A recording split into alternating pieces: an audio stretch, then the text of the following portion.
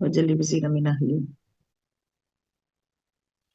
हम लोगों ने अपनी जो तारीख है ना इंसानों की, वो कुरान पाक में पढ़नी है, और उसके लिए जो हमारा पहला टॉपिक बनता है वो है ये अहद अलस्त। आलम बरज़ख में हमारी रूहों को अल्लाह सुब्हानहू व तआला ने बनाया, बनी आदम की रूहें सारी बनाई और उनसे कुछ अहद लिए थे, अपनी पहचान कराई थी, वो हम पढ़ने जा रहे हैं। कुरान पाक में सिर्फ सूरत आराफ में ये वाक्य आता है, और 3 आयात में। ये जो आयत है 172, 173 और 174, ये 3 आयात में सारे का सारा मामला जो है इंशाल्लाह यहाँ हम देखेंगे। तर्जुमा इसका कर देती हूँ। पहले आयत पढ़ लेते हैं। सूरत आराफ 7वां नंबर सूरत है कुरान पाक की। वइज़ अख़ज़ रब्बुका मिन बनी आदम मिन ज़ुहूरिहिम ज़ुर्रियतहुम व अशहद में आपकी और मेरी आवाज जा रही है। व अशहदहुम अला अनफुसिहिम अलस्तु बिरब्बिकुम क़ालू बला शहिदना अन तक़ूलू यौमल क़ियामति इन्ना कुन्ना अन हाज़ा गाफ़िलीन। आप में से कोई तर्जुमा पढ़े इसका? स्क्रीन शेयर हो रही है ना? कोई भी माइक खोले, जी जी। तर्जुमा पढ़ दे आयत 172 का। आप ही पढ़ते हैं, मेरे हाथ से निशान लग रहे हैं ये। पढ़े हम।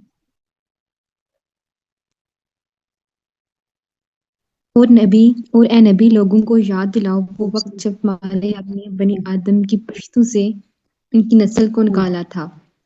उन्हें खुद इनके ऊपर गवाह बनाते हुए पूछा था, क्या मैं तुम्हारा रब नहीं हूँ? उन्होंने कहा, जरूर आप ही हमारे रब हैं। हम इस पर गवाही देते हैं कि हमने इसलिए किया कि कहीं तुम क़यामत के रोज ये न कह दो कि हम तो इस बात से बेखबर थे। ये जो अंडरलाइन चीज है ना, इसको हम जरा कंसंट्रेट करेंगे। पहले तो तीनों आयतों का तर्जुमा पड़ जाए। अगली आयत क्या है कि औ तक़ूलू इन्नमा अशरका आबाउना मिन क़ब्ल व कुन्ना ज़ुर्रियत मिन बादिहिम अफतुहलिकुना बिमा फ़अलल मुब्तिलून। इसका तर्जुमा पढ़े। अब स्क्रीन जो रही है जूम हो गई है, या ये ना कहने लगो, थोड़ा बड़ा कर रही थी। या या ये ना कहने नहीं लगो शिर्क की इब्तिदा तो हमारे बाप दादा ने हमसे पहले की थी और हम बाद को इनकी नस्ल से पैदा हुए। स्क्रीन जो आपने जूम की हुई है थोड़ी सी, ठीक है। और हमें उस अब कसूर में पकड़ते हैं जो गलतकार लोगों ने किया था। ठीक है। अच्छा, वकज़ालिका नुफ़स्सिलुल आयाति लअल्लहुम यरजिऊन। देखो इस तरह हम निशानियां वाज़ा तौर पर पेश करते हैं, इसलिए करते हैं कि लोग पलट आएं। ठीक है, आयात का लफ्ज आयात ही रहने देंगे। मैं भी इसको करती हूँ। ऊपर जो पहली आयत में बात थी ना, अल्लाह सुब्हानहू व तआला कह रहे हैं कि बनी आदम, मैंने सारी की सारी इनकी औलाद जो है पैदा की और फिर उससे मैंने गवाही ली थी और पूछा था, अशहदतुम अला अनफुसिकुम, अपनी नफ्स पे अल्लाह ने अपने बारे में पूछा था, क्या तुम गवाही देते हो? अलस्तु बिरब्बिकुम। तो जाहिर है वो उनकी वो अल्लाह सुब्हानहू की तखलीक थी हम सारे। हमने कहा, अभी तो कोई और ढूंढनी ज़हन पे पड़ी थी ना, हम पहचानते थे अल्लाह को। हमारी रूह पहचाना। उन्होंने कहा कि कालू, कहा भला क्यों नहीं, शाहिदना, हम गवाही देते हैं, हम ये गवाही देते हैं कि आप हमारे रब हैं, आप हमारे इलाह हैं। रब और इलाह जो है ना, अल्लाह सुब्हानहू व तआला के प्यारे प्यारे जो नाम है ये सारे, इसकी इबादत आपकी होगी, हुक्म आपका चलेगा।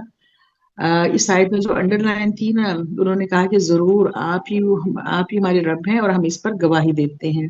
ये हमने इसलिए किया कि कहीं तुम क़यामत के रोज ये ना कह दो कि हम तो इस बात से बेखबर थे। किस बात से? वो अगली आयत में आ रही है।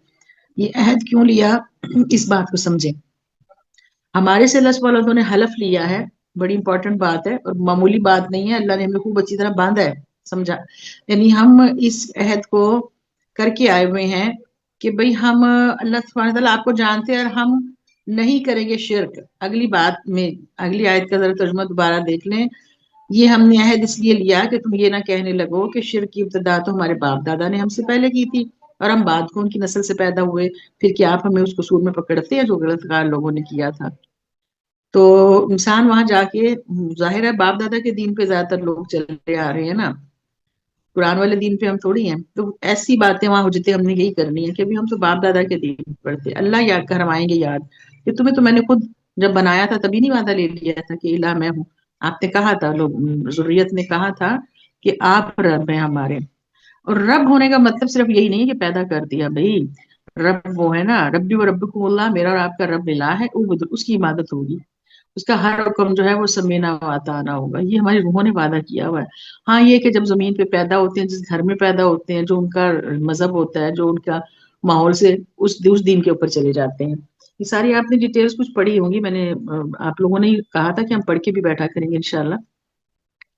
تو یہ جو اللہ سبحانہ و تعالیٰ نے ہمارے سے عہد لیا ہے نا، وہ اس لیے لے لیا کہ ہم آخرت میں ہم بچنے کی پھر کیسے کہاں سے ہمارے عذر کوئی وہاں پہ چل سکیں گے۔ اللہ سبحانہ و تعالیٰ کی پہچان جو ہے نا، ویسے آپ کو اتنا تو پتا ہے نا کہ جب کشتی ڈوبتی ہے نا، کافر بھی اللہ کو بھی پکارتا ہے، اللہ کو پہچانتے ہیں سارے، اللہ سبحانہ و تعالیٰ کو کافر بھی پہچانتا ہے، سارے پہچانتے ہیں۔ مسئلہ کہاں سے شروع ہوتا ہے کہ وہ شرک کرتے ہیں، ایک سے زیادہ الہ بنا لیے، تو جو شرک ہے نا یہ نہیں کرنا۔ ان دونوں آیتوں کے اندر جو امپورٹنٹ بات ہے، ہم نے وعدہ کیا ہوا ہے کہ ہم شرک نہیں کریں گے، اللہ سبحانہ و تعالیٰ ہم شرک نہیں کریں گے زمین پہ۔ اچھا آپ یہ نہ کہیں کہ جی باجی یہ تو مشرکوں کی باتیں، کافروں کی، ہمارے پاس کون شرک کر رہے ہیں؟ آپ کو اپنے گلی محلے میں شرک کے وہ نظر آتے ہیں بازار جو گرم ہے؟